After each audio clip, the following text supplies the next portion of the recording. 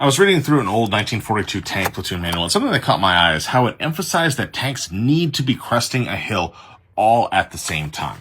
And of course, this manual was written in the preparation for D-Day. They knew that the American tankers were going to be facing up against the Germans going through the French countryside. So a lot of rolling hills, a lot of farm fields, a lot of tree lines that, of course, the Germans are going to be setting up in with tank destroyers like the Stug, as well as, anti-tank guns. So, of course, they're going to be occupying defensive positions where they can and trying to ambush the more numerically superior Americans going into the assault. And the fear was that the tanks, if they went through and engaged in a more traditional wedge shape, because of course, open field, they're going to be going into more natural stuff where the leader leads the way and then everybody else can kind of follow the leader, but still have good frontal firepower. If they commit to the assault and on that last rolling hill over and going into the attack, what's going to happen is that one tank is going to be exposed first, and the Germans are going to be able to identify that tank, traverse, shoot, and he is going to get whacked and blown up.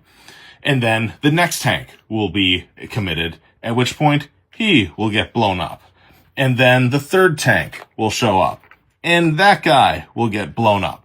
And by committing piecemeal from that wedge formation, the tanks are just going to be destroyed individually, one at a time, and the attack will stall. Whereas if the tanks are committed all at once, and the leader is able to go from the wedge and make sure everybody gets online and moves up, so they all crest the hill simultaneously, what's going to happen is that these guys are going to get target overload. They are not going to be, even if they get a shot off, they are not going to be able to engage all the tanks at once, and then our American tanks are going to be able to engage them and overwhelm them with their superior firepower to the defenders over here. Now, of course, this seems kind of straightforward, but understand at the time how significant this would have been with the older technology. Of course, tanks back then were much, much slower than our modern equivalents of, modern automotive technology moves stuff a hell of a lot faster than the early Shermans and everything like that. In addition, the target acquisition process for these gun crews was very, very slow. It was a lot of mechanical knob turning. It was a lot of shifting the whole gun system.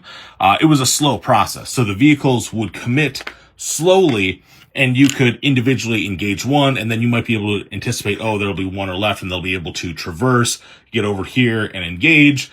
But if they all showed up at once and suddenly the gun is oriented, here, to go from here to there is kind of a slow process, and it's just going to be overwhelmed that much faster compared to other weapon systems. Nowadays, this probably isn't going to be as big of a deal because anti-tank weapon systems are so much smaller, more portable, they are faster firing, they are more lethal, and can be engaged with from a longer distance. So it may not be as valid today to be as concerned about cresting all at the same time, especially when modern tanks are just going to zip over this hill real quick. But it's important to evaluate how tactics are derived based on the technology of the time. How does it impact your thought process? And especially when we're talking about, this was leading up to D-Day, the American troops had not done this before. So people had to figure out, what is this going to look like? What do we need to make sure that people are trained on before they actually encounter combat for the first time?